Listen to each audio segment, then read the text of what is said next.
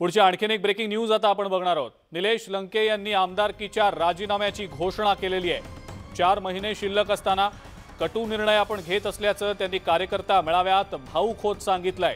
आता आपल्याला खासदारकीसाठी संघर्ष करायचा आहे असं देखील त्यांनी म्हटलंय।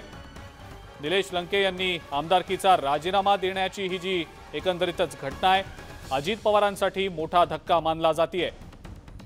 कार्यकर्ता मेळाव्यामध्ये निलेश लंके यांनी आपली भूमिका जाहीर केलेली आहे। अत्यंत भाऊक होत त्यांनी आपण आमदारकीचा राजीनामा देत असल्याचं म्हटलेलं आहे।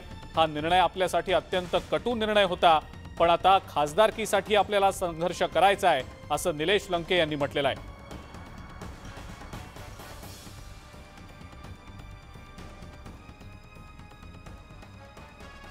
आमदारकीचे 4 महिने शिल्लक असताना हा अत्यंत कटू निर्णय आपण घेत असल्याचं त्यांनी म्हटलेलं आहे।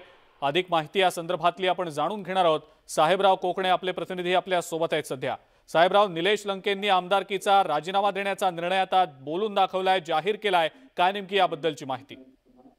नगर दक्षिण लोकसभा मतदारसंघासाठी महाविकास आघाडीकडून आमदार निलेश लंके यांचं नाव अनेक दिवसापासून चर्चेमध्ये होतं, परंतु त्यांचा विधानसभेचा राजीनामा दिल्यानंतर ते लोकसभा लढू शकतात असा कायद्याच्या प्रवाटा होता। त्याच्यामध्ये जर तुम्हाला लोकसभा लढवायची असेल तर विधानसभेचा राजीनामा लागतो, नाहीतर त्यांना त्यांच्यावरती 5 वर्षाची कारवाई होऊ शकते।